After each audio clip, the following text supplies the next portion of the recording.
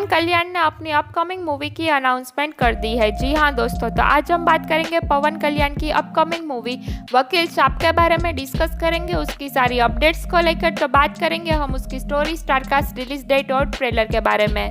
वकील साहब is an Indian Telugu language legal drama type film होने वाली है। उसे डायरेक्ट किया है वेणु श्रीराम ने और उसे प्रोड्यूस किया है Dil Raju, Sri Venkateswara creation and Bayview projects ने। आगे हम बात करेंगे उसकी स्टोरी की। ये बॉलीवुड फिल्म पिंक की कॉपी होने वाली है। पल्लवी, झरीना और दिव्या स्वतंत्र काम महिलाएं हैं और वे सभी साथ रहती है। एक रात उनकी कार राजमार्ग के बीच में टूट जाती है और विश्वास है, जो पल्लवी के दोस्त है, उनके एक लिफ्ट प्रदान करता है। क्षण भर बाद वामसी के दोस्त निकटतम अस्पताल में भाग गए क्योंकि वामसी के सिर पर भारी चोट लगती है और खून बहा रहा है। उसी समय तीनों महिलाएं एक टैक्सी में अपने अपार्टमेंट में लौटती है। भटका हुआ दिखते हैं और यह निहित है कि उन्हें घटना के साथ कुछ करना है। वे फिर उस रात जो हुआ उससे आगे बढ़ने की कोशिश करते हैं। उसी समय एक शराबी और बेरोजगार सत्यदेव हैदराबाद जाता है और इन तीनों लड़कियों के सामने आता है। वामसी से खतरे उठते क्योंकि वह पल्सी की वजह से वंशी की चोट का बदला लेता है। झरीना की धमकियों के कारण उसकी नौकरी छूट गई। अंततः उन्हें शिकायत दर्ज करने से हतोत्साहित किया जाता है, यह बताते हुए कि यह उनके दैनिक जीवन को और अधिक दयनीय बना देगा। वास्तव में स्थानीय पुलिस को पता है कि पुरुष अच्छी तरह से जुड़े हुए हैं और वामसी के पता द्वारा समर्थित है, जो उसे सांसद है। अगले दिन पल्लवी का वामसी के दोस्तों ने अपहरण कर लिया। पल्लवी को धमकी दी जाती है, ब्लैकमेल किया जाता है और चलती कार में छेड़छाड़ की जाती है और उसे वापस छोड़ दिया जाता है। कुछ दिनों बाद उन्हें वामसी द्वारा वेश्याओं के रूप में महिलाओं पर लेबल लगाने और वामसी पर हत्या के प्रयास के आरोप के तरह गिरफ्तार किया जाता है। इस बिंदु पर झरीना और दिव्या आशाहीन है और फिर से वे सत्यदेव को ठोकर मारते हैं। सत्यदेव सुझाव देते हैं कि वे एक वकील से आपातकालीन जमानत प्राप्त कर सकते हैं। लड़कियां उस शराबी की तरह नहीं मानती। उन्हें बाद में पता चला कि सत्यदेव एक सम्मानित वकील थे, लेकिन अदालत में एक साथ वकील को नुकसान पहुंचाने के कारण उन्हें 4 साल के लिए निलंबित कर दिया गया। उसी समय उसकी पत्नी गर्भावस्था की जटिलताओं के कारण मर जाती है, जब सत्यदेव को उसे घर पर अकेला छोड़ना पड़ा, जिससे उसे अंततः पेशा छोड़ना पड़ा। वह मामले में झरीना और दिव्या की मदद करने का फैसला करता है, लेकिन बाद में वह सांसद के आदमियों पर हमला कर देता है और अदालत में पल्लवी का प्रतिनिधित्व करने का फैसला करता है। सत्यदेव से डरकर वामसी और सांसद अधिकात्वत नंद गोपाल से मिलते हैं, जो मामले को उठाने के लिए सहमत हो जाते हैं। कोर्ट रूम में नंदा अदालत में घटनाओं को निम्नलिखित संस्करण प्रस्तुत करती है। वामसी और उसके दोस्त अपने टैक्सी को तोड़ने के कारण पल्लवी और उसके दोस्तों की मदद करते हैं।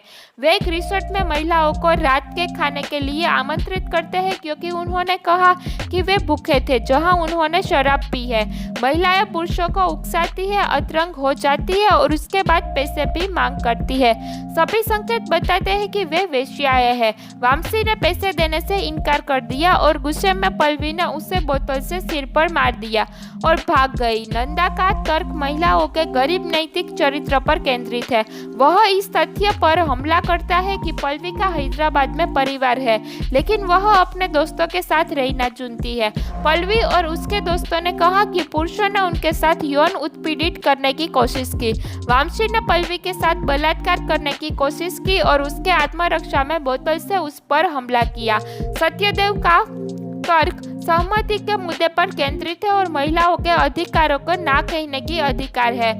बाद के 2 दिनों में चिलिंग कोर्ट रूम में तर्कों की एक श्रृंखला लागू होती है। मुकदमे के अंत में झरीन को नंदा ने यह कहते हुए उकसाया कि उसने पुरुषों से पैसे लिए, जिन्होंने अदालत में संकट आ गया। हालांकि सत्यदेव ने हार नहीं मानी और वह वामसी के सच प्रकट करने के लिए आगे ले जाता है, जिसमें कहा गया था कि महिलाओं को वह मिल गया जिसके वे हकदार थे। सत्यदेव ने उस समाज के प्रति चिंतित विचारों की आलोचना की, जहाँ महिलाएं देर से घर आने, बाहर जाने, स्वतंत्र रहना, शराब पीने आदि के लिए वेश्याओं के रूप में रुचिबद्ध है, लेकिन इनमें से कोई भी पुरुषों पर लागू नहीं होता है। वह इस तथ्य के साथ बंद हो जाता है कि उसके ग्राहक ने नहीं कहा।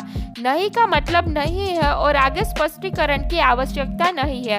अगले दिन सत्यदेव और महिलाओं पर ट्रेन में सांसद के पुरुषों द्वारा हमला किया जाता है, लेकिन सत्यदेव उनसे लड़ते हैं और वे अदालत में वापस चले जाते हैं। महिलाओं को तब बरी किया जाता है, जबकि वामसी और उनके दोस्तों पर आरोप लगाए जाते हैं, जबकि उसकी सजा लंबित है।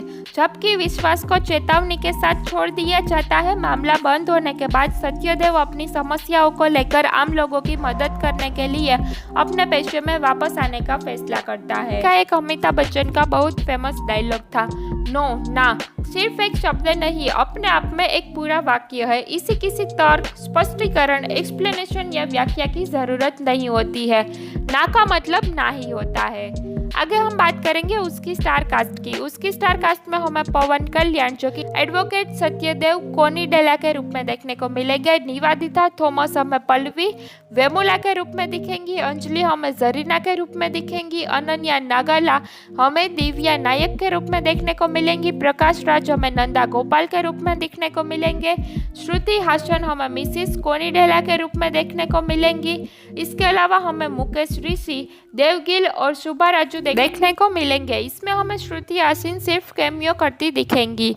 आगे हम बात करेंगे उसकी रिलीज डेट की। तो दोस्तों ये हमें 9 अप्रैल 2021 में थिएटरों में देखने को मिल गई है। Please like share and subscribe my channel, press the bell icon for more updates. मिलते हैं अगले वीडियो में, तब तक के लिए टेक केयर, बाय बाय।